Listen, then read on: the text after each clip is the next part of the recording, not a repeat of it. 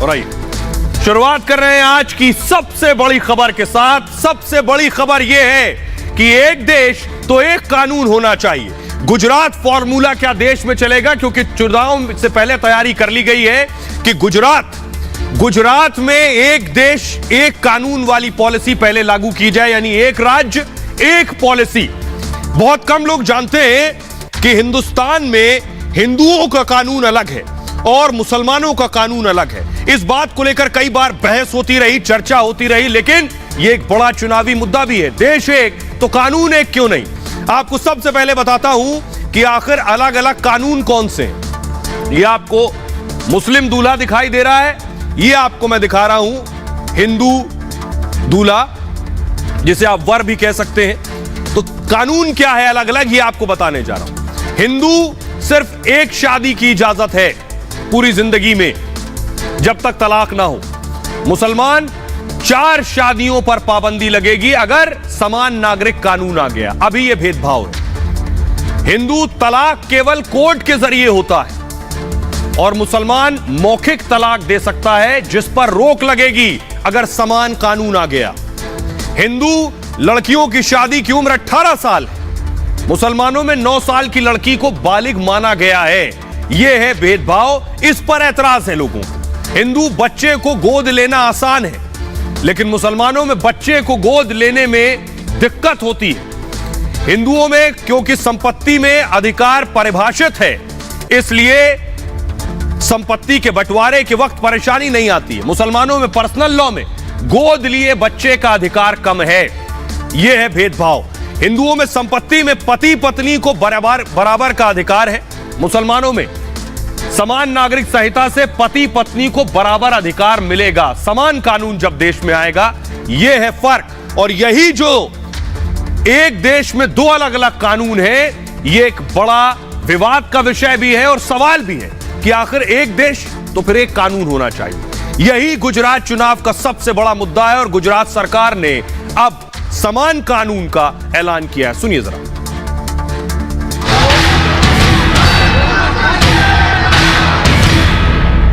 गुजरात में चुनाव का बिगुल अभी बजा भी नहीं है, लेकिन सियासी दलों ने चुनावी शंखनाद कर दिया है और शुरुआती बाजी एक बार फिर बीजेपी ने मार ली है। बीजेपी ने चुनाव में अपना सबसे बड़ा दांव चल दिया है। पार्टी ने समान नागरिक संहिता लागू करने का ऐलान किया है। यूनिफॉर्म सिविल कोड माताओं, बहनों, बच्चों और सभी लोगों को एक समान अधिकार देने का इसमें प्रावधान होने की वजह से एक बड़ी राहत की घोषणा है। समान नागरिक संहिता, जिसे हम यूनिफॉर्म सिविल कोड के नाम से भी जानते हैं, यह बीजेपी का पुराना एजेंडा रहा है। 2019 के लोकसभा चुनाव में भी बीजेपी ने इसे लागू करने का ऐलान किया था। आपके पास संवैधानिक बैकिंग है यूनिफॉर्म सिविल कोड बिल को लाने के लिए। क्या आप ऐसा बिल लाएंगे? देखिए, लाएंगे तब आपको जरूर बता देंगे। मैं इतना कहना चाहता हूं कि यूनिफॉर्म सिविल कोड हमारे घोषणा पत्र का हिस्सा है और भारतीय जनता पार्टी उस पर अटल खड़ी है। ये होना चाहिए, ऐसी हमारी दृढ़ मान्यता है। बीजेपी के इस ऐलान को मास्टर स्ट्रोक कहा जा रहा है, क्योंकि चुनाव में उसे इसका फायदा मिल सकता है।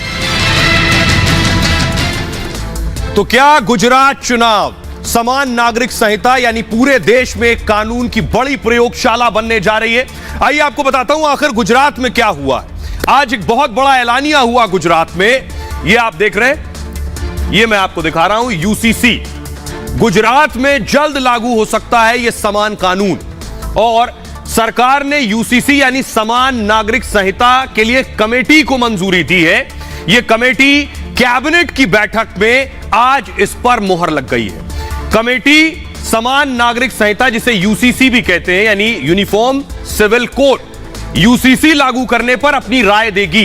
ये जो कमेटी होगी कि लागू किया जाए या ना किया जाए और किस तरह से लागू किया जाए। इसकी अध्यक्षता कौन करेगा? सुप्रीम कोर्ट के रिटायर्ड जज जो होंगे वो इसको लीड करेंगे। हाई कोर्ट के रिटायर्ड जज भी इसकी अध्यक्षता कर सकते हैं। यूसीसी कमेटी में 3 से 4 सदस्य शामिल होंगे जो पूरी रिपोर्ट तैयार करेंगे। 1-2 दिन में इनके नामों का भी ऐलान हो जाएगा कि कमेटी में कौन कौन लोग हैं। उत्तराखंड सरकार ने, आपको याद होगा, चुनाव से पहले एक कमेटी बनाई थी, यूसीसी कमेटी, और सुप्रीम कोर्ट की पूर्व न्यायाधीश रंजना देसाई जी इसकी अध्यक्ष हैं इस कमेटी की। उत्तराखंड की कमेटी में कुल 5 सदस्यों को शामिल किया गया और कमेटी ने यूसीसी पर यानी समान नागरिक संहिता पर लोगों से उनकी राय भी मांगी है। उत्तराखंड की बात मैंने आपको बता दी। और अब मुख्यमंत्री ने ट्वीट किया, भूपेंद्र भाई पटेल ने ट्वीट करके बताया समान नागरिक संहिता की तैयारी किस तरह गुजरात में शुरू हो चुकी है। देखिए, उन्होंने लिखा, राज्य में समान नागरिक संहिता और लागू करने की जरूरत है। इस कोड को लागू करने के लिए जरूरी मसौदा तैयार करने के वास्ते सेवानिवृत्त न्यायाधीश की अध्यक्षता में एक हाई लेवल कमेटी बनाई जाएगी। यह महत्वपूर्ण फैसला है। आज राज्य की कैबिनेट बैठक में यह फैसला हुआ है। जरा सुनिए कैबिनेट मंत्री पुरुषोत्तम रूपाला क्या कुछ कह रहे हैं और इस पर मुस्लिम समाज विरोध कर रहा है। यासूब अब्बास क्या कह रहे हैं, उन्हें भी सुनिए। गुजरात सरकार ने ये घोषणा कर दिया है और जैसे बताया भाई ने, ऐसे अपने मुख्यमंत्री श्री को अधिकार दे दिया गया है, तो वो कमेटी का गठन जल्द ही कर देंगे और कमेटी के रिपोर्ट के आधार पर इस कानून को हमारे राज्य में लागू करने का रास्ता खुल जाएगा। यूनिफॉर्म सिविल कोड, इसको लगाने से नागरिकों के मन में अधिकारों और सिविल डिस्प्यूट्स के लिए जो मसले चल रहे हैं, उन सभी में माताओं, बहनों, बच्चों और सभी लोगों को एक समान अधिकार देने का इसमें प्रावधान होने की वजह से एक बड़ी राहत की घोषणा है। Common civil code personal law में हस्तक्षेप है। हम पर्सनल लॉ में हस्तक्षेप बर्दाश्त नहीं करेंगे। हमारा मुल्क है, हमारा हिंदुस्तान इसी में अच्छा लगता है कि यहाँ मुख्तलिफ किस्म के फूल हैं। हिंदू, मुसलमान, सिख, ईसाई, यहूदी, पारसी, ये सब इस हिंदुस्तान में रहते हैं। लिहाजा यहाँ के ऊपर अगर से कॉमन सिविल कोड होगा तो गुलदस्ते में एक तरह के फूल अच्छे नहीं लगते हैं। तो अगर होगा तो सभी के लिए होगा, ना सिर्फ उसको सबके लिए होगा, मगर ऑल इंडिया शिया फसला बोर्ड इसको पर्सनल लॉ में हस्तक्षेप मानता है। हमने इससे पहले भी 2014 में इसकी मुखालिफत की थी और उस वक्त सरकार ने इसको तकरीबन रोक लिया था। लिहाजा हम सरकार से इससे मिल के बात करके इसको ख़त्म कराने की कोशिश करेंगे। जब चुनाव सर पर हैं, इन परिस्थितियों में भारतीय जनता पार्टी के पास अपने 26 साला शासनकाल में दिखाने के लिए कुछ नहीं बचा, तो अब यूसीसी के नाम का एक नया शगुफा ले आई है। यूनिफॉर्म सिविल कोड महिला सशक्तिकरण और लिंग न्याय के लिए एक बड़ा हथियार है, जेंडर जस्टिस का एक बड़ा हथियार है। और इसलिए जहाँ पर भी भारतीय जनता पार्टी की सरकार है, चाहे उत्तराखंड हो, चाहे हिमाचल प्रदेश हो, चाहे उत्तर प्रदेश हो, चाहे गुजरात हो, अलग अलग जगहों पर यूनिफॉर्म सिविल कोड को लागू करने के लिए भारतीय जनता पार्टी की सरकार कटिबद्ध है। अब मौलाना यासूब अब्बास को आप सुन रहे थे। मौलाना कह रहे थे कि बागीचे में एक ही फूल अच्छे लगते हैं, तो एक बागीचे में एक जगह, वो कह रहे थे अलग अलग फूल अच्छे लगते हैं। बिल्कुल सही कह रहे थे, एक बागीचे में अलग अलग फूल अच्छे लगते हैं, लेकिन बागीचे में खाद, पानी और सूरज की रोशनी तो सभी को बराबर मिलनी चाहिए। सभी के लिए नियम, कायदे, कानून तो एक जैसे होने चाहिए। आखिर केवल शादी तलाक पर ही कानून अलग अलग क्यों है? आपको बताने जा रहा हूं। देखिए जरा, हिंदुओं से यह भेदभाव कब हुआ कि हिंदुओं का जो पर्सनल लॉ था ये तो हटा दिया गया, लेकिन मुसलमानों के लिए पर्सनल लॉ आजादी के बाद से ही जारी रखा गया। क्यों? सिर्फ वोट बैंक के लिए। इससे मुसलमानों का फायदा नहीं हुआ, नुकसान ज्यादा हुआ। कैसे? देखिए हुआ क्या, आजादी के बाद नेहरू की सरकार बनी तो समान नागरिक संहिता लागू करने की जिम्मेदारी भी नेहरू पर थी, लेकिन जवाहरलाल नेहरू ने इसमें भेदभाव किया। नेहरू ने हिंदुओं के पर्सनल लॉ को खारिज कर दिया कि आपका पर्सनल लॉ नहीं चलेगा। क्यों? क्योंकि आपकी तरक्की, आपके यहां भेदभाव ना हो, इन सबको खत्म करना है, इसलिए आपका पर्सनल लॉ नहीं चलेगा। जवाहरलाल नेहरू ने हिंदुओं के लिए हिंदू विवाह अधिनियम 1955 लेकर आए। वो हिंदू उत्तराधिकार अधिनियम 1956 लेकर आ गए और हिंदू नाबालिग एवं अभिभावक अधिनियम 1956 लेकर आए। हिंदू दत्तक ग्रहण और रखरखाव अधिनियम 1956 लागू हुए। ये सारे मुसलमानों में उन्हें पर्सनल लॉ में दिए गए हैं, यानी जो शरिया कहता है वो उस हिसाब से माना जाता है। इसे जो नेहरू कानून लेकर आए, इसे हिंदू, बौद्ध, जैन और सिखों पर लागू कर दिया गया। मुसलमानों के पर्सनल लॉ में कोई बदलाव नहीं किए गए। आज भी मुस्लिम पर्सनल लॉ कानून 1937 को मानते हैं, 1937। इसमें मुस्लिमों के निकाह, तलाक और भरण पोषण शामिल है। उत्तराधिकार, संपत्ति और बच्चा गोद लेने का जिक्र है। सिर्फ यही चीजें हैं इस मुस्लिम पर्सनल लॉ में। अब सवाल बहुत बुनियादी है। सवाल बुनियादी यह है कि आखिर तभी अगर नेहरू ने मुस्लिम पर्सनल लॉ हटाकर सबके लिए समान नागरिक कानून लेकर आए होते तो शायद आज यह बहस ना होती, आज यह विवाद ना होता। लेकिन तब जहन में वोट बैंक था। सुनिए जरा प्रधानमंत्री नरेंद्र मोदी ने नागरिक संहिता पर क्या कुछ कहा। पहले 50 के दायके में यूनिफॉर्म सिविल कोड की चर्चा चल रही थी। कांग्रेस के पास अवसर था, लेकिन कांग्रेस उसको मिस कर गई और हिंदू कोड बोल ला करके उन्होंने अपनी गाड़ी चला दी। उसके 35 साल बाद कांग्रेस को दूसरा अवसर मिला, शाहबानों का। सुप्रीम कोर्ट ने पूरी मदद की थी और देश में जेंडर इक्वलिटी के एक अच्छा सा वातावरण की संभावना बनी थी। लेकिन उस ऊंचाई ने नीचे की चीजें देखने से मना कर दिया और वो मिस कर गया। आज 35 साल के बाद फिर से एक बार कांग्रेस के पास मौका आया है। हम बिल लेकर के आए हैं इस देश के नारी के गौरव। इसको किसी ने संप्रदाय से जोड़ने की आवश्यकता नहीं है। प्रधानमंत्री मोदी को आपने सुन लिया, लेकिन अब देश की अदालतों को सुन लीजिए। समान नागरिक कानून, देश में एक कानून पर अदालतें क्या कुछ कह चुकी हैं, देखिए जरा।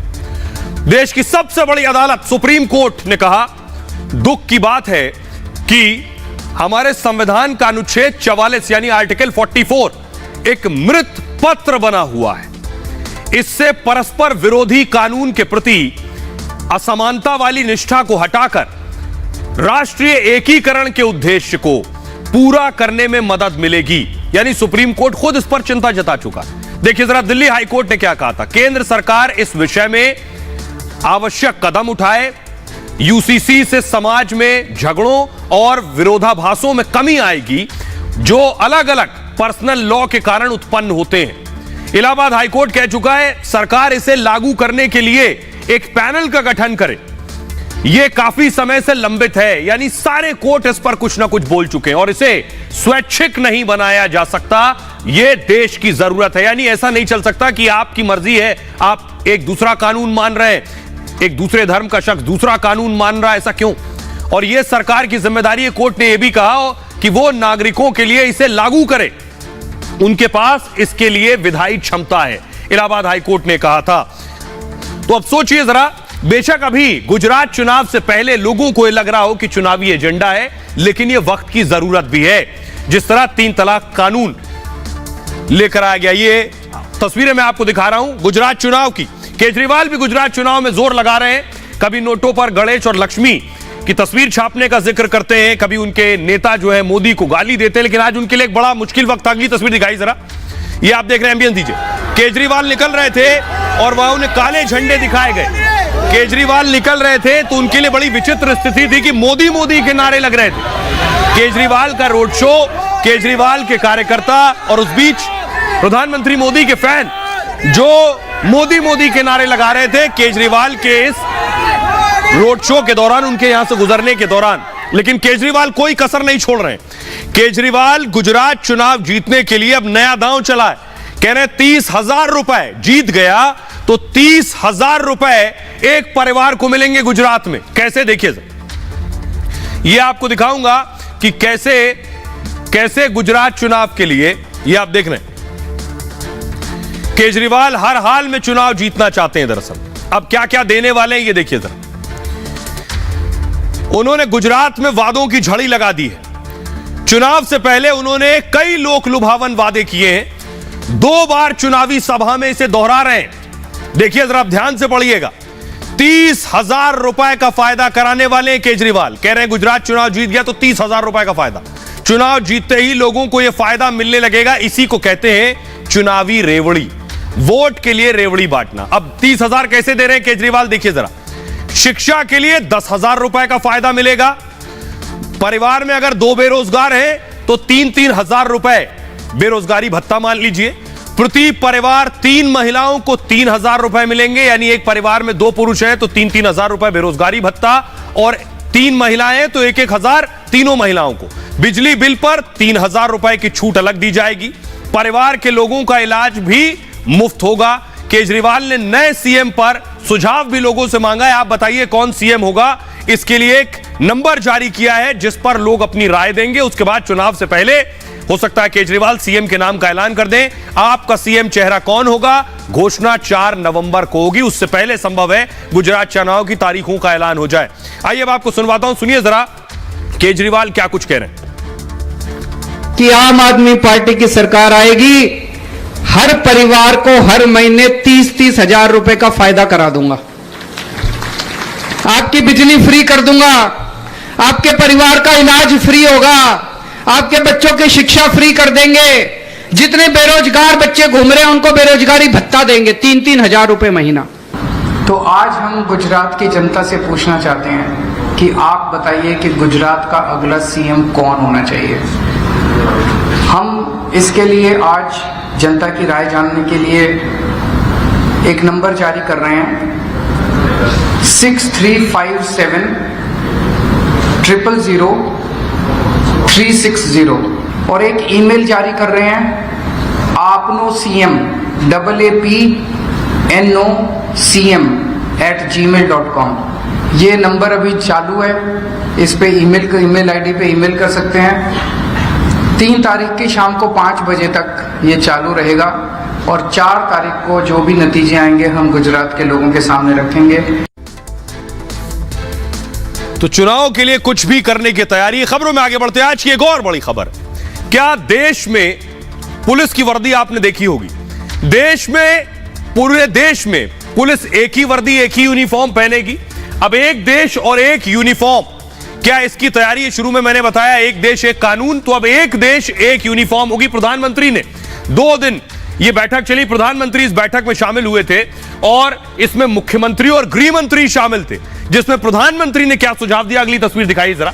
प्रधानमंत्री ने कहा, देखिए जरा, ये बड़ी दिलचस्प तस्वीर है आपके लिए। Delhi, UP, Tamil Nadu, Punjab, full screen लीजिए जरा। ये दिलचस्प तस्वीर आप देखिए जरा, अलग अलग जगह की पुलिस और अलग अलग शक्लो सूरत, अलग अलग वर्दी देखिए जरा। उत्तर प्रदेश, दिल्ली, तमिलनाडु, पंजाब, कर्नाटक और पुडुचेरी, महाराष्ट्र, कोलकाता, जम्मू कश्मीर, सबकी यूनिफॉर्म अलग अलग है।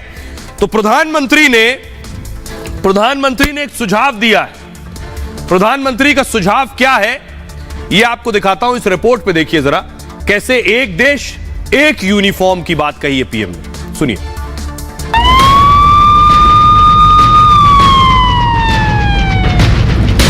क्या पूरे देश की पुलिस अब एक तरह की वर्दी पहनेगी? क्या एक देश और एक यूनिफॉर्म का वक्त आ गया है? प्रधानमंत्री मोदी ने देश के सभी राज्यों को पुलिस की वर्दी एक जैसी करने का सुझाव दिया है। एक देश एक यूनिफॉर्म का नारा देकर पीएम मोदी ने सभी राज्यों को आपसी सहमति से एक निष्कर्ष पर पहुंचने की अपील की और कहा कि देश की पुलिस को अब एक समान पहचान की जरूरत है। और आइए अब आपको बताने जा रहा हूं प्रधानमंत्री ने कहा क्या। प्रधानमंत्री ने कहा कि हिंदुस्तान में भाई एक 1 नेशन और 1 राशन कार्ड की व्यवस्था है, यानी एक देश और एक राशन कार्ड सबके लिए है। 1 नेशन 1 मोबिलिटी कार्ड की सुविधा आपके पास है। 1 नेशन 1 ग्रिड भी बना दिया है हमने। 1 नेशन 1 साइन लैंग्वेज भी बनी है, और वैसे ही 1 नेशन 1 पुलिस यूनिफॉर्म भी देश में होनी चाहिए। एक समान पहचान हमारे लिए बहुत आवश्यक है और इससे देश को बहुत ज्यादा फायदा होगा। कानून व्यवस्था भले ही राज्यों के पास हो, इससे देश की एकता और अखंडता भी जुड़ी हुई है। नागरिक देखकर पुलिस को पहचान लेंगे। यानी यूपी का शख्स अगर जम्मू कश्मीर में या किसी और राज्य में गया है, दक्षिण भारत में चला गया, तो वर्दी देख के समझ जाइए या पश्चिम बंगाल में गया है कि यह पुलिस वाला है। एक दूसरे की ताकत में भी इजाफा होगा। हम सभी को इससे लाभ होगा। यूनिफॉर्म में राज्य का टैग भी लगा सकते हैं। अगर सबकी यूनिफॉर्म एक जैसी दिख रही है तो राज्य का टैग अलग हो, जिससे पहचान हो कि ये दूसरे राज्य का पुलिस वाला है। लेकिन पुलिस की पहचान एक कॉमन बने। जैसे सेना में यूनिफॉर्म होती है। हमें साथ मिलकर सोचना होगा और किसी पर कुछ थोपने की जरूरत नहीं है। यह इंपॉर्टेंट लाइन थी क्योंकि बहुत से राज्य फूल पिचक सकते हैं, तो उन्होंने कहा मेरा मकसद किसी पर थोपना नहीं है। सुनिए जरा प्रधानमंत्री मोदी। साथियों, एक और विषय हमारे देश की पुलिस के लिए महत्वपूर्ण है।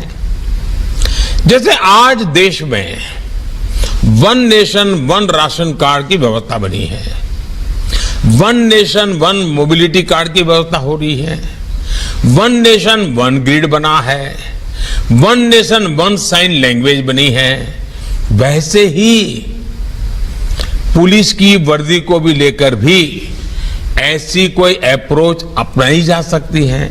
क्या हमारे राज्य मिल बैठ करके, इससे बहुत लाभ होंगे। एक तो क्वालिटी मटेरियल प्रोडक्ट होगा क्योंकि मास स्केल पर होगा। कैप होगी तो करोड़ों में कैप की जरूरत पड़ेगी, बेल्ट चाहिए तो करोड़ों में चाहिएगा। और देश का कोई भी नागरिक कहीं पर भी जाएगा, देखते ही उसको पता चले हाँ ये पुलिस वाला है। अब जैसे पोस्ट ऑफिस का डिब्बा, हिंदुस्तान में कोई पढ़ा लिखा अनपढ़ आदमी को मालूम है ये पोस्ट का डिब्बा है, यहां ना कागज डाला वह पहुंचता है, एक पहचान होती है। तो प्रधानमंत्री का उदाहरण भी बहुत दिलचस्प था। अब आइए आपको राज्यों की अलग अलग पुलिस की अलग अलग तस्वीरें दिखाता हूं। ये देखिए सर, ये देखिए, आप पहचान सकते हैं क्या कौन है। यूपी में जो कांस्टेबल है वो भी ऐसे ही यूनिफॉर्म पहनते हैं, लेकिन आप सोचिए कहां की वर्दी है। ये कोलकाता की पुलिस है जो इस यूनिफॉर्म में। अगली तस्वीर दिखाइए सर, आप बताइए ये कहां की पुलिस है। ये कर्नाटक की पुलिस है। हैट देखिए आप, ये जो हैट देख रहे हैं कर्नाटक की पुलिस है ये। अगली तस्वीर दिखाइए जरा, ये तस्वीर देखिए जरा, रेड हैट, ये रेड कैप जो आप देख रहे हैं ये पुडुचेरी की पुलिस है। तो प्रधानमंत्री कह रहे हैं एक जैसी पुलिस की यूनिफॉर्म, न सिर्फ यूनिफॉर्म बल्कि और पुलिसिंग पर भी जोर दिया, कुछ और चीजें दुरुस्त करने की जरूरत है। लेकिन आपको ये दिलचस्प तस्वीरें दिखाते हैं। जो लोग यूपी में रहते हैं, राजस्थान में रहते हैं, एमपी में रहते हैं, बिहार में रहते हैं, महाराष्ट्र में रहते हैं, उनके लिए खास कि कहां कौन सी पुलिस की वर्दी कैसी है। देखिए जरा, प्रधानमंत्री जिसे दुरुस्त करने की बात कर रहे हैं वो क्या है। ये आप देख रहे हैं पश्चिम बंगाल पुलिस की वर्दी खाकी है, खाकी। कोलकाता पुलिस की वर्दी अलग है। अब सोचिए बंगाल के बाकी शहरों में, बाकी जिलों में वर्दी खाकी है और कोलकाता की पुलिस सफेद पहनेगी, सफेद यूनिफॉर्म पहनती है कोलकाता पुलिस। अंग्रेजों ने वर्दी का चुनाव किया। अब कर्नाटक चलिए, कर्नाटक पुलिस में अलग टोपी है जो आप हैट देख रहे हैं। कांस्टेबल तिरछी टोपी, इस तिरछे हैट को लगाते हैं। बड़े अफसरों की टोपी अलग होती है। पुडुचेरी चलिए, यहां लाल टोपी लगाते हैं जो आप देख रहे हैं सर पे। 1954 तक फ्रांस के अधीन थे ये। फ्रांस ने अलग टोपी इनकी बना दी, वो टोपी आज तक पहन रहे हैं। लाल रंग की टोपी गोल होती है और अलग दिखने के लिए लाल टोपी लगाते हैं। ये चलन अब भी बरकरार है पुडुचेरी में। अब आपको लिए चलते यूपी में। यूपी में ट्रैफिक पुलिस सफेद कमीज पहनती है और पैंट का रंग बदलता रहता है। सरकारें बदलती हैं, अपने हिसाब से रंग बदल देती हैं पैंट का। 2008 से पहले सफेद पैंट थी, यानी सफेद शर्ट सफेद पैंट। मायावती ने नीली कर दी, उनका झंडे का रंग भी नीला है। अखिलेश ने फिर बदल के खाकी पैंट कर दी। अब सोचिए पुलिस वाला, ट्रैफिक पुलिस वाला बेचारा क्या करे। सरकार बदल रही है, पैंट का रंग बदल रहे हैं। योगी राज में पैंट फिर नीली हो गई है। अब यह है पुलिस और इन कांस्टेबल और ट्रैफिक पुलिस की परेशानी। आइए अब आपको सुनवाता हूं, सुनिए जरा। उससे पहले आपको दिखाता हूं कि कौन साथ है और कौन खिलाफ है। प्रधानमंत्री ने सुझाव दे दिया सबकी यूनिफॉर्म एक कर दो, लेकिन कौन कौन साथ और कौन खिलाफ खड़ा होगा। जो गैर बीजेपी शासित राज्य, क्या वो इस बात को मानेंगे जब वो प्रधानमंत्री की बैठक में आने में उन्हें सबसे बड़ी परेशानी होती है, तो उनकी बात मानने में कितनी बड़ी परेशानी होगी। देखिए जरा, कौन साथ कौन खिलाफ। बैठक हुई है जो, जिसमें प्रधानमंत्री मोदी ने बोला, उसमें नीतीश कुमार नहीं आए, पटना में रहे वो। ममता बनर्जी भी नहीं आई, कोलकाता में भाषण सुना उन्होंने।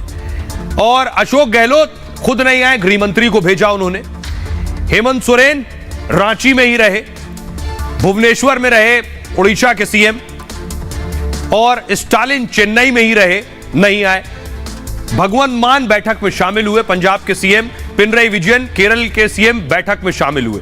तो यहां बहुत से लोगों को मनाना है। आप सोचिए कितनी बड़ी चुनौती है देश के प्रधानमंत्री के सामने। अगर सारे राज्यों को एक टेबल पर लाना है तो किस किस को मनाना है, और यह थैंकलेस जॉब है। सुनिए जरा क्या कुछ कहा प्रधानमंत्री मोदी ने। हमारे लिए भी आवश्यक है कि हमारे देश के पुलिस बेड़े में सब सोचें, साथ मिलकर के सोचें, कोई किसी पर थोपने की जरूरत नहीं है, एक इवॉल्व करें। आप देखिए बहुत बड़ा लाभ होगा और एक दूसरे की ताकत में इजाफा होगा। One nation one police uniform, हाँ उस राज्य का एक टैग हो सकता है, उस राज्य का एक नंबर हो सकता है, लेकिन पहचान कॉमन बने, इस पर सोचा। मैं एक विचार के रूप में रख रहा हूं, न मैं कहीं आपसे आग्रह भी करता हूं, मैं सिर्फ एक विचार रखता हूं और इस विचार पे चर्चा कीजिए। कभी ठीक लगे 5 साल 50 साल 100 साल के बाद भी उपयोगी लगेगा तो जरूर देखिए। तो अब सोचिए, क्या आपके राज्य में, क्या आपके शहर में पुलिस यूनिफॉर्म पूरे देश में जो यूनिफॉर्म है वो हो सकती है? ये मैं सिर्फ उदाहरण के साथ आपको बताने जा रहा हूं। सीबीआई पर जब इतने मतभेद हैं अलग अलग राज्यों में, तो सोचिए जरा देश में पुलिस पर कैसे ये एक साथ आकर खड़े होंगे। ये मैं आपको दिखा रहा हूं। सीबीआई पर देखिए अभी स्थिति क्या है।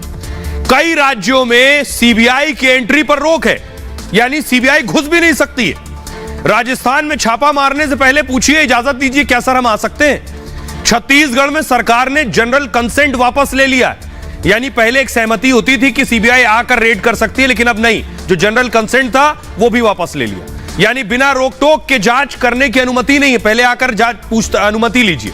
पश्चिम बंगाल में भी सीबीआई से जनरल कंसेंट वापस ले लिया है, यानी ये वो राज्य हैं जो गैर बीजेपी शासित है। केरल में छापे से पहले सरकार से पूछना जरूरी है। पंजाब में भी छापे से पहले सरकार की इजाजत लेनी है। ये सारे गैर बीजेपी शासित राज्य सोचिए, इसलिए ये सीबीआई को भी कंसेंट नहीं देते। महाराष्ट्र में उद्धव सरकार ने जनरल कंसेंट वापस ले लिया था, यानी बाकायदा हलफनामा उन्होंने जारी किया था, नोटिफिकेशन। शिंदे सरकार ने बैन हटाकर फिर से नियम बहाल कर दिया है कि सीबीआई आए और सीबीआई अपना काम कर सकती है राज्य के अंदर, क्योंकि सीबीआई नहीं भूलना चाहिए, सीबीआई एक सेंट्रल एजेंसी है। सुनिए जरा, प्रधानमंत्री मोदी कह रहे हैं कर्तव्य के साथ साथ छवि भी जरूरी है। कर्तव्य परायणता में कोई कमी नहीं है, जरूरत अच्छा परसेप्शन बनाए रखने की भी है। इसके लिए पुलिस बल को प्रेरित करना, उसके लिए प्लान करना, हर छोटी मोटी चीजों पर लगातार मार्गदर्शन करते रहना, कुछ गलत होता है तो रोकना, ये हमारी एक जीवंत प्रक्रिया होनी चाहिए, ऊपर से नीचे तक हर पल होनी चाहिए। तो ये विचार करने का, बहस करने का भी विषय है कि एक देश में एक यूनिफॉर्म की जरूरत है। खबरों में आगे बढ़ते हैं। आज की एक और बड़ी खबर है, डॉन का परिवार। इनको आप ध्यान से देखिए, ये अतीक डॉन है, ये उनकी पत्नी है। तो पूरे डॉन का परिवार योगी योगी जय जय योगी कर रहा है। यह भी अपने आप में बहुत कम, पहली बार आपने सुना होगा कि डॉन का परिवार योगी का मुरीद है। डॉन खुद भी, उनकी पत्नी भी योगी का गान, गुणगान और योगी जाप कर रही हैं। अगली तस्वीर दिखाई जरा, ये आप देख रहे हैं अतीक, डॉन और उनकी पत्नी को आप देख रहे हैं, शाइस्ता को। अब जरा देखिए ये रिपोर्ट, कैसे डॉन की पत्नी भी योगी की मुरीद हो रही है, जबकि डॉन पर योगी ने बुलडोजर चलवाया। रिपोर्ट देखिए जरा।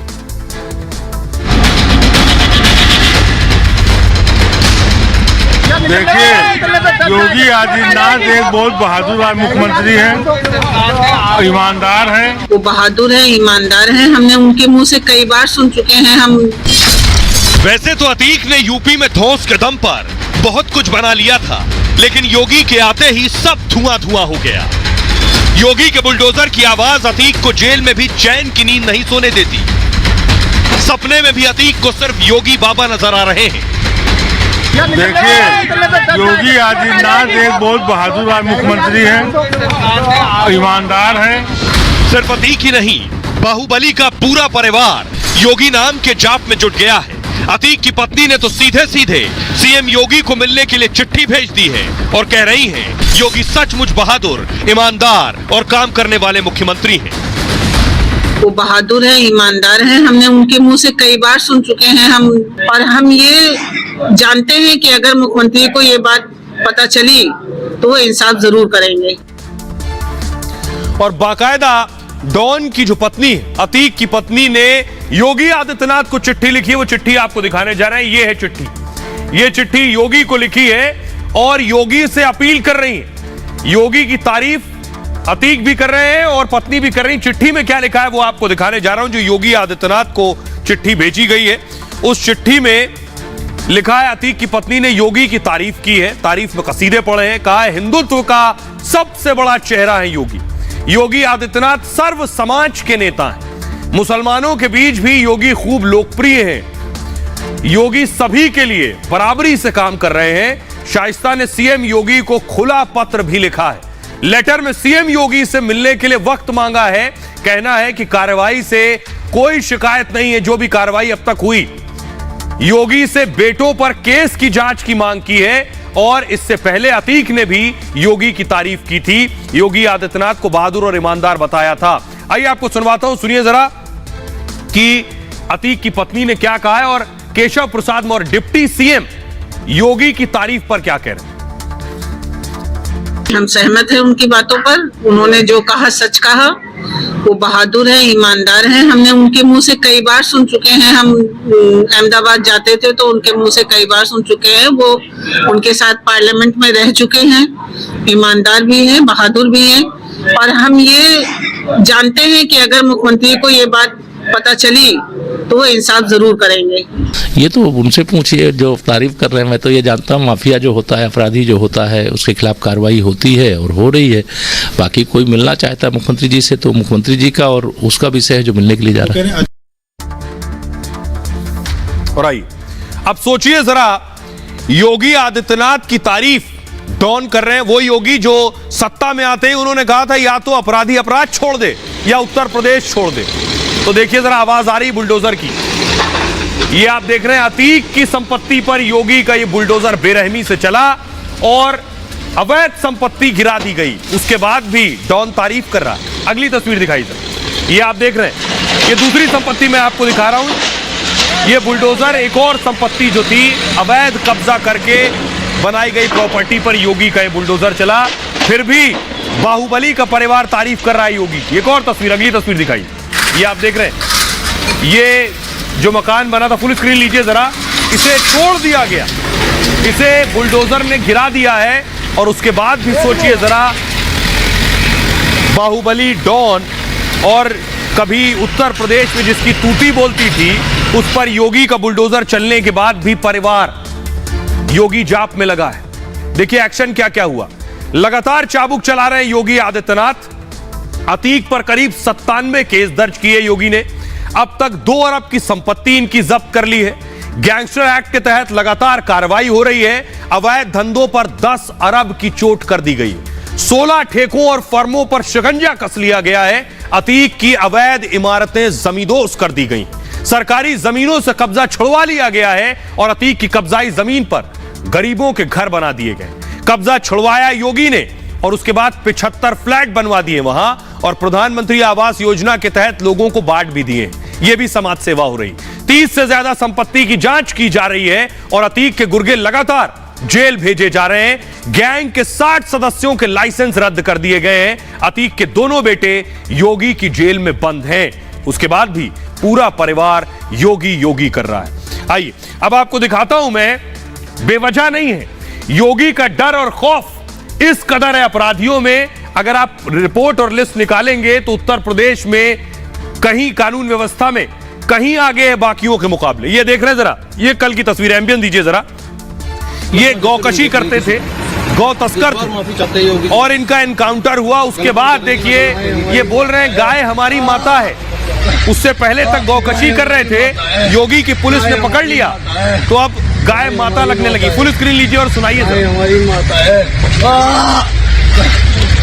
गाय हमारी माता है, गाय हमारी माता है, गाय हमारी माता है, गाय हमारी माता है, गाय हमारी माता है, गाय हमारी माता है, गाय हमारी माता है, गाय हमारी माता है, गाय हमारी माता है, गाय हमारी माता है, गाय हमारी माता है, गाय हमारी माता है, गाय हमारी माता है, गाय हमारी माता है, गाय हमारी माता है, गाय हमारी माता है। ये गौ तस्कर था जो अब गाय हमारी माता है बोल रहा है। इसे सबक मिल गया है। अगली तस्वीर देखिए, ये योगी राज में हो रहा है।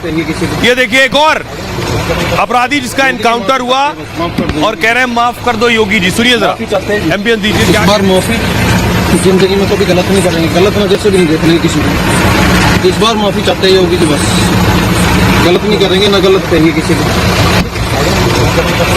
योगी जी माफी चाहते हैं, बस माफ कर दो योगी जी, माफी चाहते हैं जी।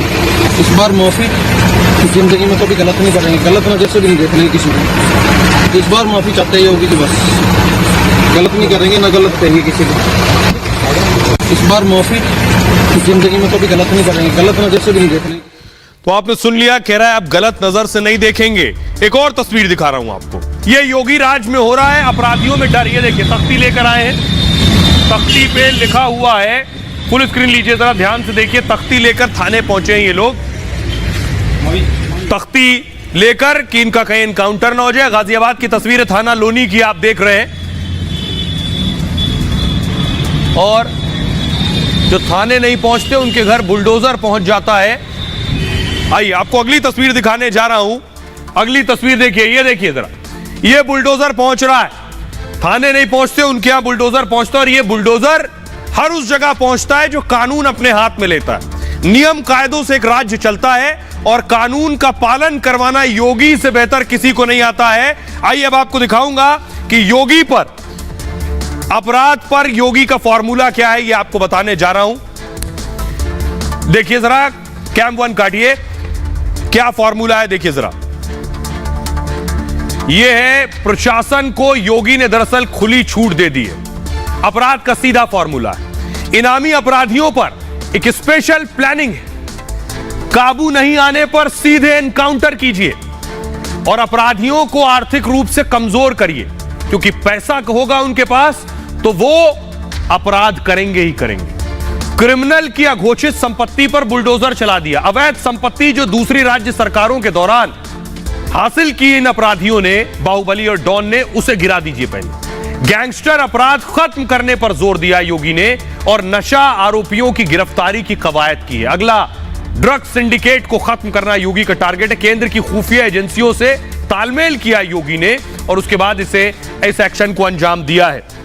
इतना ही नहीं, आइए अब आपको दिखाने जा रहा हूं कि योगी के इसी फॉर्मूले को बाकी लोग भी मान रहे हैं। देखिए जरा, योगी का फॉर्मूला जो है वो मैं दिखाने जा रहा हूं। हरियाणा में भी बुलडोजर चल रहा है। 2 मिनट का समय दिया जाता है, 2 मिनट का समय दिया जा रहा है। खाली हो जाए, घर खाली कर ले, बुलडोजर चलेगा। ये देखिए, हरियाणा सरकार भी योगी का फॉर्मूला अपना रही है। अगली तस्वीर दिखाइए।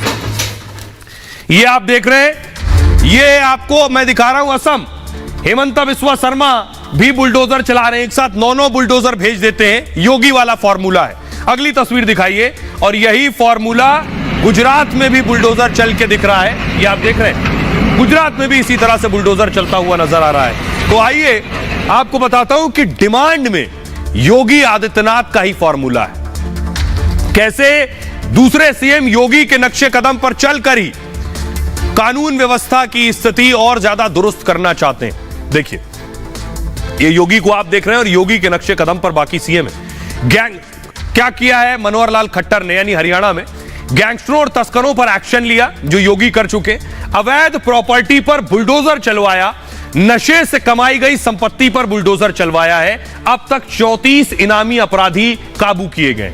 असम लिए चलते हैं, योगी वाला फॉर्मूला वहां भी है। अवैध मदरसों पर एक्शन लिया हेमंत बिस्वा शर्मा ने। आतंकी कनेक्शन पर बुलडोजर चलाया उन्होंने। अपराधी के अवैध ठिकाने ध्वस्त कर दिए गए।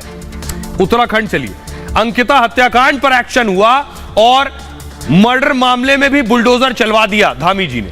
आरोपी के रिजॉर्ट को गिरा दिया गया। यह योगी मॉडल था। गुजरात चलिए, भूपेंद्र भाई पटेल ने गैंगस्टर पर बुलडोजर एक्शन लिया है। गुजरात में सूरत में अवैध प्रॉपर्टी गिरा दी गई है। काफी समय से एक आरोपी वहां फरार था। मध्य प्रदेश में लगातार बुलडोजर एक्शन हो रहा है।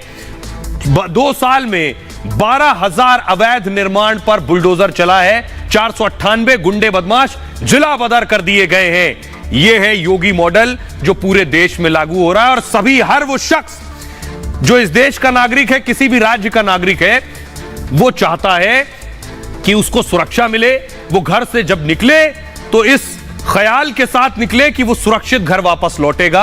सभी उस नागरिक को जो कानून का पालन करता है वो ये चाहता है कि उसकी भी हिफाजत हो। आइए खबरों में आगे बढ़ते हैं। आज की एक और बड़ी खबर है, दाल चावल देकर, जी हां, दाल चावल देकर हिंदुओं का धर्म परिवर्तन करा दिया गया। ये आप देख रहे हैं, मेरठ की तस्वीरें मैं आपको दिखा रहा हूं। ये 400 हिंदू परिवार, 400 हिंदू परिवार जिन्हें दाल चावल देकर धर्म परिवर्तन का दबाव बनाया गया। अगली तस्वीर दिखाइए जरा। ये सारे नाम है, देखिए, रवि, कलुआ, तुलसी, शेरनी, आशु, महेश, ये सारे नाम है, 400 नाम जिनका धर्म परिवर्तन के लिए जिन पर दबाव बनाया गया। अगली तस्वीर दिखाइए जरा। ये सारे लोग उसके बाद एसपी के पास पहुंचे शिकायत दर्ज कराने। ये परिवार वाले, इन पर दबाव बनाया जा रहा है।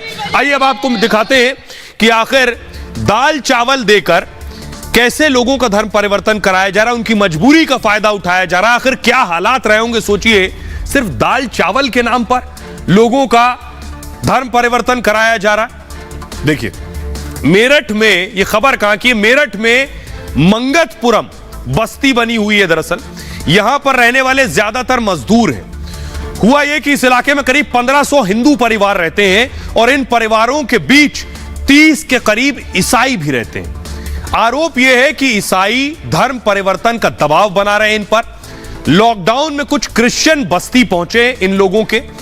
इन लोगों ने गरीब हिंदू परिवारों की मदद की। कोरोना के दौरान लॉकडाउन लगा हुआ था, खाने पीने के लोगों के लिए मुश्किलें थी।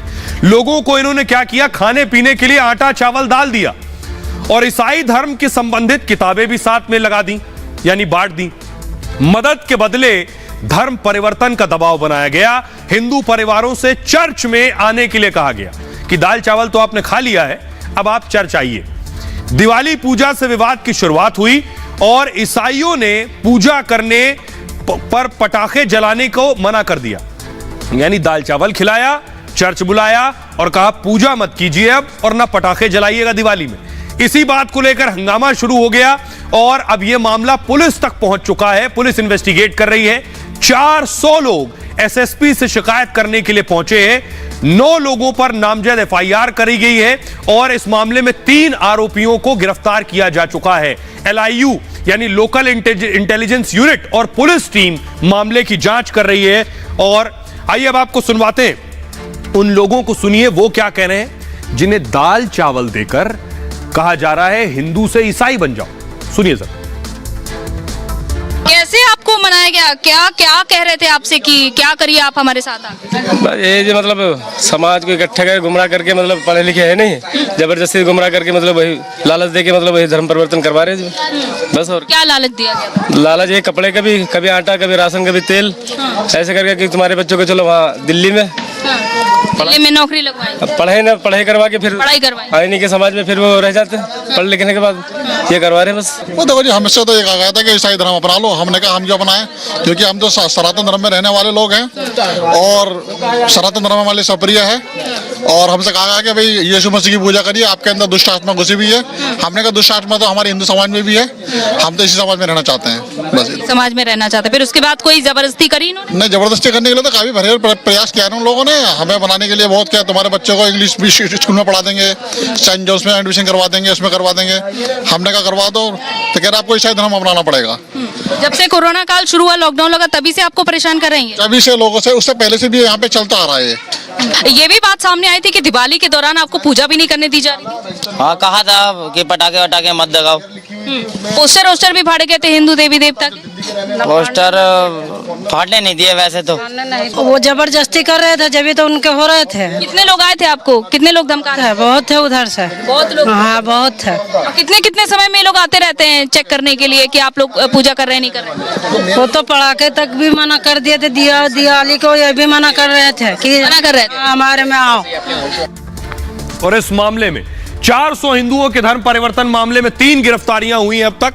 ये 3 महिलाएं आप देख रहे हैं, इन तीनों को पुलिस ने गिरफ्तार कर लिया है। पुलिस पूछताछ कर रही है कि आखिर दाल चावल के नाम पर धर्म परिवर्तन। सुनिए जरा पुलिस क्या कह रही है। इनको कोविड के दौरान जो भुखमरी या महामारी के दौरान लोगों को, गरीब लोगों को राशन या उन सब की चीज़ों की आवश्यकता थी, उन लोगों ने सॉफ्ट कॉर्नर करते हुए इन लोगों को राशन वितरित किया। फिर कुछ सेवा भाव से वो लोग यहाँ पर आए जो मिशनरी करती हैं, और कुछ अंग्रेज भी यहाँ संपर्क में हैं इन लोगों के, और उन्होंने फिर इनको अपने धर्म के अनुसार प्रार्थना सभा, एक चर्च बनाया है स्थायी रूप से, वहाँ प्रार्थना करानी शुरू की, और उसके बाद धीरे धीरे इन लोगों को ईसाई धर्म की ओर परिवर्तित किया। लेकिन कुछ लोग इसका विरोध कर रहे थे। जब उन्होंने कहा कि आप अपना सरनेम बदलिए, आप अपने देवी देवताओं को बाहर फेंकिए, तो देवी देवता जो सनातन धर्म, जो हिंदू धर्म को मानने वाले थे, वो इसके लिए तैयार नहीं हुए। गरीब थे लेकिन कुछ लोग उसके लिए तैयार नहीं हुए। जब ये शिकायत मेरे तक आई तो मैं फिर एसएसपी मेरठ तक लेकर गया, और जब से कल से इसमें फिर कार्रवाई शुरू है। ये कल कुछ लोग एसएसपी ऑफिस गए थे, ये ब्रह्मपुरी के मंगतपुरम मोहल्ले के रहने वाले थे। इन लोगों का कहना था कि कोविड टाइम के जो कंस्ट्रेंट्स उत्पन्न हुए थे, तमाम दुश्वारियां उत्पन्न हुई थी, उस दौरान कुछ लोग इनके पास आए थे और इनको कुछ खाने, कपड़े, पैसे आदि का लालच दिया, और उसमें इनको धीरे धीरे क्रिश्चियनिटी की तरफ इनको मोल्ड किया गया। अब इनका ये कहना है कि जब ये अपने दिवाली के त्यौहार के अवसर पर हिंदू देवी देवताओं की पूजा पाठ कर रहे थे, तो कुछ लोग आके इनसे कहे कि आप लोग क्रिश्चियन बन चुके हैं, इसलिए हिंदू देवी देवताओं की मूर्तियां या फोटो अपने घर से हट। और आइए अब आपको बताता हूं, धर्म परिवर्तन के लिए बाकायदा नियम, कायदे, कानून है। क्या नियम कायदे हैं, देखिए जरा। बहुत कम लोग जानते हैं कि अगर धर्म परिवर्तन करना है तो क्या करें। धर्म परिवर्तन के दो तरीके होते हैं। पहला, धर्म स्थल पर जाकर धर्म परिवर्तन किया जाता है। धर्म स्थल अपने हिसाब से कार्यक्रम करते हैं। अगर कोई हिंदू धर्म ग्रहण करता है यानी अपनाता है तो पुजारी पहले शुद्धिकरण करते हैं। अगर कोई मुस्लिम धर्म अपनाता है तो मौलाना धर्म परिवर्तन कराते हैं। लेकिन ईसाई धर्म में जाने के लिए चर्च जाते हैं। धर्म परिवर्तन को कराने के बाद रजिस्टर्ड कराना होता है। इंपॉर्टेंट चीज यह है कि आप उसको रजिस्टर्ड करवाएं।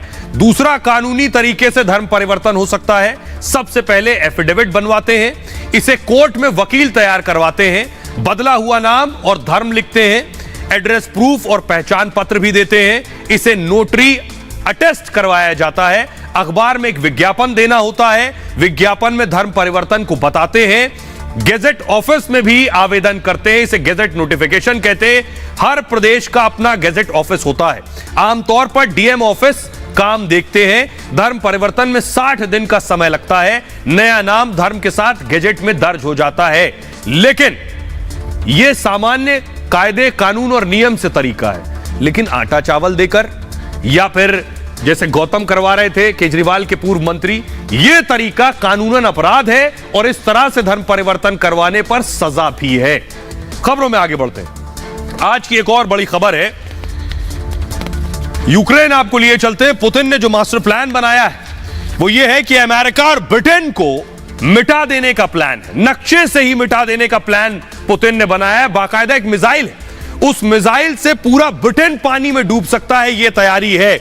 अगली तस्वीर दिखाइए। पुतिन ने बड़ी ड्रिल की है, यह मैं आपको दिखा रहा हूं। ये जो न्यूक्लियर ड्रिल है, यह पिछले दिनों पुतिन ने की है, बेवजह नहीं है। इसके पीछे पूरी प्लानिंग है और उस प्लानिंग को पुतिन जमीन पर उतार रहे हैं। ये पहली तस्वीर आप देख रहे हैं। अगली तस्वीर दिखाइए। जमीन, आसमान और पानी, सारी तरफ ये ड्रिल पुतिन की और उनकी सेना ने की है। ये आप देख रहे हैं ड्रिल, जिसमें फाइटर्स भी इस युद्ध अभ्यास में शामिल हुए हैं। आइए मैं आपको दिखाने जा रहा हूं कि आगे की प्लानिंग क्या है पुतिन की। आगे की प्लानिंग यह है कि पुतिन दरअसल कैसे ब्रिटेन को डुबोने वाले हैं। पुतिन आखिर कहां मिसाइल दागेंगे, अमेरिका और ब्रिटेन को कैसे खत्म करेंगे। देखिए जरा, ये आप देख रहे हैं मैप, देखिए जरा ध्यान से। रूस आपको नजर आ रहा है और रूस से 8,881 किलोमीटर दूर है अमेरिका। तो पुतिन ब्रिटेन पर भी मिसाइल दागेंगे। लगभग 5,610 किलोमीटर दूर है ब्रिटेन। इन दोनों जगहों पर पुतिन की खास मिसाइल है। वो मिसाइल पुतिन दागेंगे और ये दोनों तबाह। ये है पुतिन की मिसाइल, ये जो आप देख रहे हैं, ये वो मिसाइल है। इसका नाम है ICBM और इस मिसाइल से ब्रिटेन और अमेरिका को पानी में डुबो सकते हैं, नक्शे से मिटा सकते हैं पुतिन। अब इस मिसाइल की ताकत आप समझ लीजिए, कितनी ताकत है इस मिसाइल की। आइए आपको मैं दिखाने जा रहा हूं कि वो मिसाइल क्या है और उस मिसाइल की ताकत क्या है। वो मिसाइल दिखाता हूं, आइए दिखाइए। वो जो मिसाइल है ये आप देख रहे हैं, ये है वो मिसाइल जिससे पुतिन सब कुछ तबाह कर सकते हैं। इसकी ये देखिए आवाज, धमक देखिए, धरती भी कांप उठी इस मिसाइल के जरिए। आइए आपको बताता हूं तो पुतिन का ये प्लान क्या है मिटा देने का।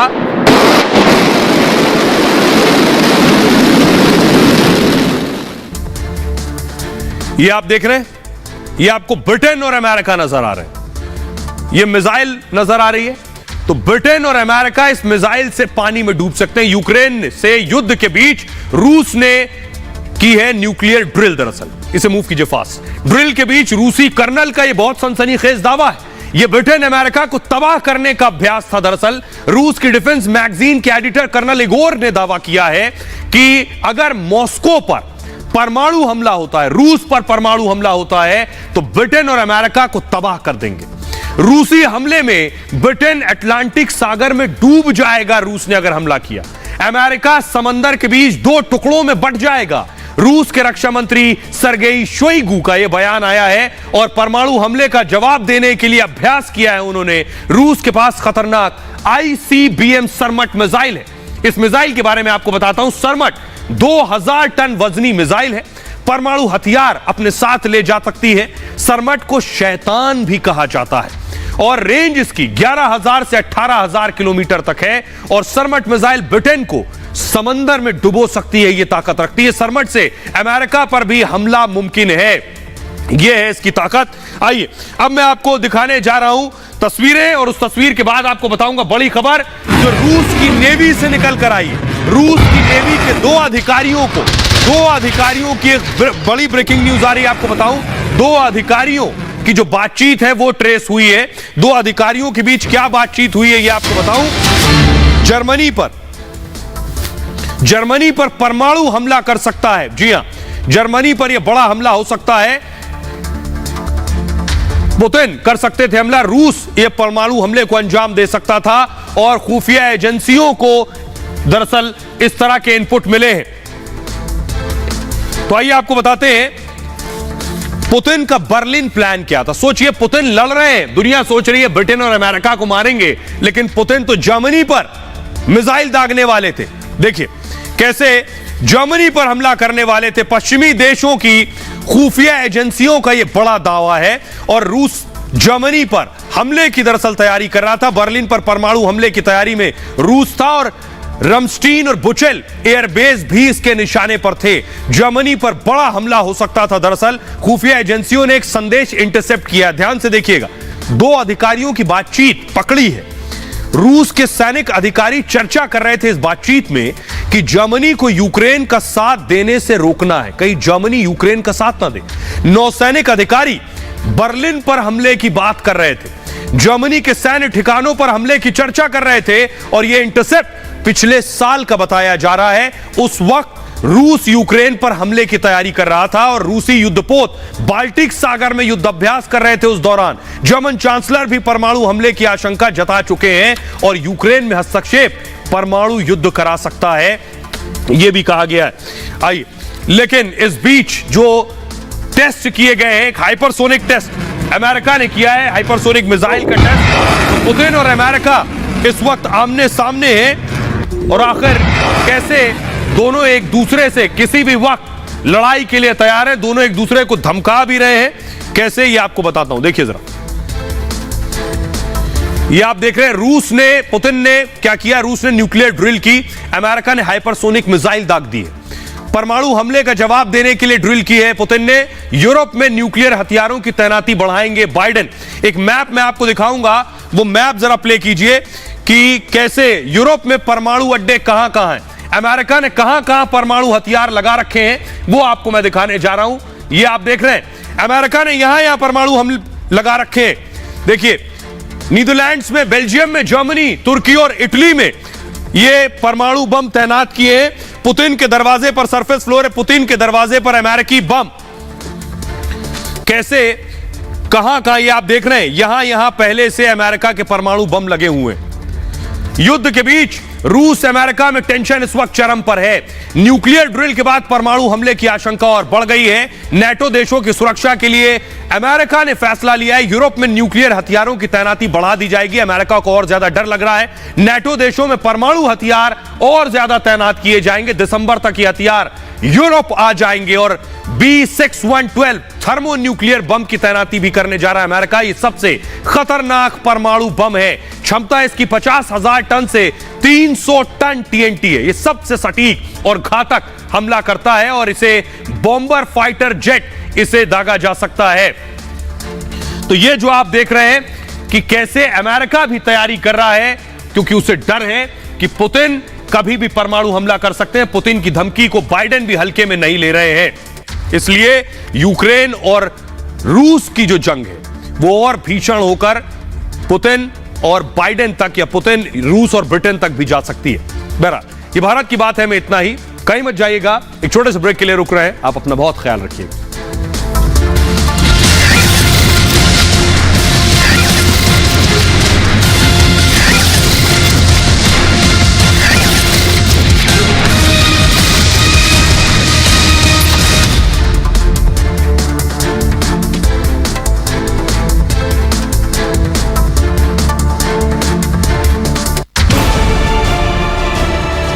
आज देश से एक बार फिर वादा करता हूं कि सच के लिए रिपब्लिक की लड़ाई कभी कमजोर नहीं होगी, क्योंकि हमारे लिए राष्ट्र सर्वोपरि है। रिपब्लिक के खिलाफ साजिश रचने वाले हमेशा हारते रहेंगे।